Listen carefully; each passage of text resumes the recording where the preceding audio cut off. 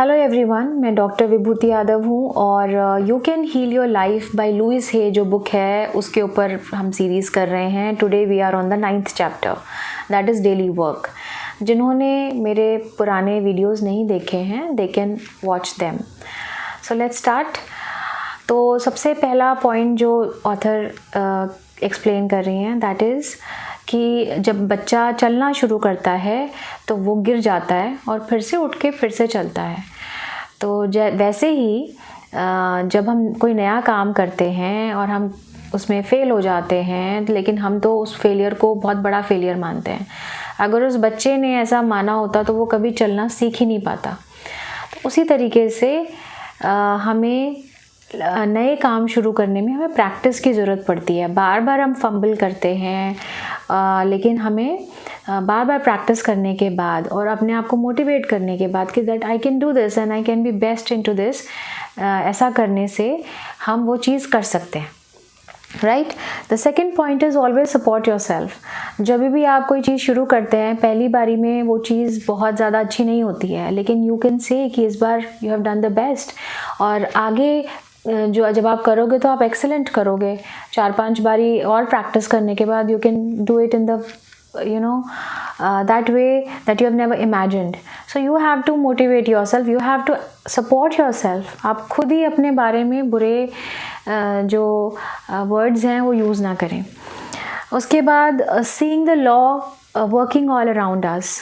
तो जब आप कोई भी नई चीज़ शुरू करते हैं, फॉर एग्ज़ाम्पल जैसे एक इंसान है जिसने कंप्यूटर कभी नहीं देखा और वो शुरू करता है उसको सीखना, उसने कभी नहीं देखा, तो फॉर दैट पर्सन वो कंप्यूटर तो बहुत ही नई चीज़ होगी। वो जब उसे देखेगा, उसकी स्क्रीन को देखेगा या उसके माउस को देखेगा, सो ही विल फील कि ये क्या है। स्टार्टिंग में तो उसके लिए बहुत ही अलग होगा। तो लेकिन धीरे धीरे with practice when he will start learning it with some help, तो क्या होगा कि वो समझने लगेगा और नए वेज उसके लिए खुलने लगेंगे। तो there will be different things that he will learn from that. So this is how a new thing in the beginning हमें बहुत ज़्यादा difficult लगती है, और धीरे धीरे करके हमारे लिए वो चीज़ unfold होती है और हम वो सीख जाते हैं। So the next point is reinforce your learning. अभी आपको अगर कोई चीज़ सीखनी है, इस बुक में हम मेंटल वेलबींग, इमोशनल वेलबींग की बात कर रहे हैं, but it applies to all areas of life. या आप कुछ भी नया सीखते हैं उसमें आप डिफरेंट वेज सीखेंगे। जैसे यहाँ पे हम ग्रैटिट्यूड सीख सकते हैं, हम मेडिटेशन सीख सकते हैं, we can read about it, जो भी हम करना चाह रहे हैं, या फिर हम एफर्मेशंस कर सकते हैं, हम अच्छा न्यूट्रिशन ले सकते हैं। तो you can go and learn different ways जिससे कि आपको वो अचीव होगी। हमेशा एक ही जो रास्ता है वो ज़रूरी नहीं है कि वही काम करे। तो जब एक ने काम नहीं किया तो आप दूसरा ट्राई करेंगे, तीसरा ट्राई करेंगे। तो डिफरेंट वेज को एक्सरसाइज करना बहुत ज़रूरी है। राइट। अब एक बहुत इम्पॉर्टेंट चीज़ है कि how do you begin your day. ये बहुत इम्पॉर्टेंट है। जब आप अपना दिन शुरू करते हैं तो क्या आप ऐसे करते हैं कि ओ माय गॉड, एक नया दिन फिर से शुरू हो गया, अब पता नहीं क्या होगा, या फिर आप ग्रैटिट्यूड के साथ, या you thank God for getting up and you start your day. So you should ideally start your day like this, and when you go to sleep you should thank God, or you should thank the people who were helpful to you during the day, but it should be with a positive feeling, right? And when you go to sleep you should not watch news or any negative thing before going to sleep. It's very important.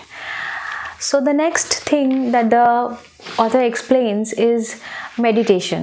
Meditation is very important when we are working on a mental well-being.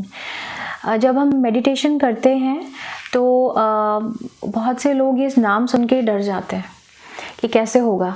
So you can start with 5 minutes, और सबसे easiest way जो है वो ये है कि आप सिर्फ आंखें बंद करके बैठें और अपने breath को ऑब्ज़र्व करें। आते जाते ब्रेथ को ऑब्ज़र्व करें। आपने कुछ नहीं करना है, सिर्फ ऑब्जर्वेशन करना है। जो भी थॉट्स आ रहे हैं जा रहे हैं बस उसको ऑब्ज़र्व करते रहें, उसके बारे में भी बहुत ज़्यादा ये नहीं करना है कि मेरे दिमाग में थॉट्स क्यों आ रहे हैं. If they are coming, let them pass, right. So this is the way that you can start. अगर आपको कोई और तरीका अच्छा लगता है, आपको कोई और तरीका मिल जाता है, गाइडेड मेडिटेशंस, और बहुत अलग तरह की मेडिटेशंस भी होती हैं, अलग अलग इंस्टीट्यूशंस की होती हैं, तो वो भी आप कर सकते हैं. So the next there is an exercise कि आपको एफर्मेशन जो है डेली करना चाहिए.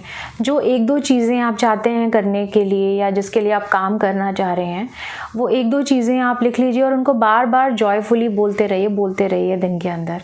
So it is very good, right. और इसके रिज़ल्ट ये होंगे कि आपको जो चीज़ आप लिख रहे हैं बार बार, that will come in your path और that will pop up in your path in unimaginable ways, right? So the next thing is to not limit believe in limitations or do not limit yourself. तो उसके लिए भी एक exercise है कि right on a paper that I love my self therefore, और उसको पूरा एक्सप्लेन करिए. और उसमें कुछ एडिशंस भी, अगर आपको धीरे धीरे अगर जब आप इसको पढ़ेंगे तो एडिशंस करना चाहते हैं तो वो भी करिए, और इसको रोज़ रोज़ पढ़िए. So that is also very good, and then you will not belittle yourself, right? The next exercise is claim the new, right? So imagine yourself कि आप या विजुअलाइज करिए अपने आप को कि आप वो चीज़ कर रहे हैं जो कि आप जिसके लिए काम कर रहे हैं, या जो आप सोच रहे हैं कि वो चीज़ होनी चाहिए, उसके लिए आप उसको इमेजिन करिए. और जब आप इमेजिन कर रहे हैं आंख बंद करके, तो उसमें देखिए कि जब आप टच करके देखिए उस इमेजिनेशन में, आप उसको फील करना है. आपके 5 सेंसेस उसमें इन्वॉल्व होनी चाहिए. आपको उस वक्त क्या टेस्ट मुंह में आ रहा है, या फिर आप क्या क्या चीज़ें देख रहे हैं, या क्या सुन रहे हैं, आसपास के लोग क्या बोल रहे हैं, और जो आसपास के लोग बोल रहे हैं उसका इम्पैक्ट मेरे पे कुछ नहीं हो रहा है. Whatever their opinions are, I welcome that, but that is not affecting मी.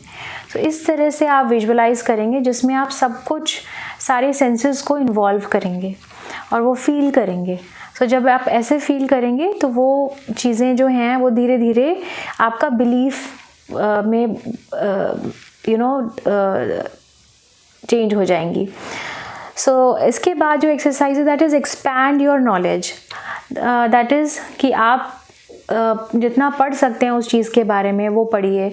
जितनी अवेयरनेस ला सकते हैं उस चीज़ के बारे में किसी भी तरीके से, उसको आपने किसी भी तरीके से लर्न करना है, राइट. जो भी आप करना चाहते हैं उसको डिफरेंट तरीक़ों से आप इंटरनेट के थ्रू पढ़ सकते हैं, आप कोई बुक पढ़ सकते हैं, आप ऐसे लोगों से मिल सकते हैं, ऐसी ऑर्गेनाइजेशन से मिल सकते हैं जो उसी पर्टिकुलर चीज़ के बारे में आपको इन्फॉर्मेशन दे. तो इन्फॉर्मेशन लेना भी बहुत इम्पॉर्टेंट है ताकि वो आपकी अवेयरनेस में वो चीज़ आए बार बार. सो इसको अप्लाई करना बहुत ज़रूरी है. और सबसे लास्ट है अपने रिज़ल्ट्स को डेमोन्स्ट्रेट करना. जब आप ये सारी एक्सरसाइजेस करेंगे तो धीरे धीरे आपके लाइफ में ऐसी छोटी छोटी चीज़ें बीच में आने लगेंगी, पॉपअप होने लगेंगी. तो उसको उनके वो जो रिज़ल्ट्स हैं, जब आप ये सारी एफर्मेशंस और जो एक्सरसाइजेस मैंने बताई हैं वो सब करेंगे, तो आपके लाइफ में कुछ छोटे छोटे चेंजेस होने लगेंगे. तो उनको डेमोन्स्ट्रेट करना, उन रिज़ल्ट्स को देखना, that is very important, and that will be fun, right. So this was it about this chapter, and I hope you'll do all the exercises that the author has explained. So I wish that when you will do these exercises, you will do them joyfully, because that's very important to feel them. Feel करना बहुत important है. जब आप feel करेंगे तो आप धीरे धीरे उसको बिलीव करेंगे, और जब आप बिलीव कर लेंगे तो वो चीज़ें अनफोल्ड होना शुरू हो जाएंगी. So thank you so much for watching the video, and we will meet on the next Saturday. Thank you so much.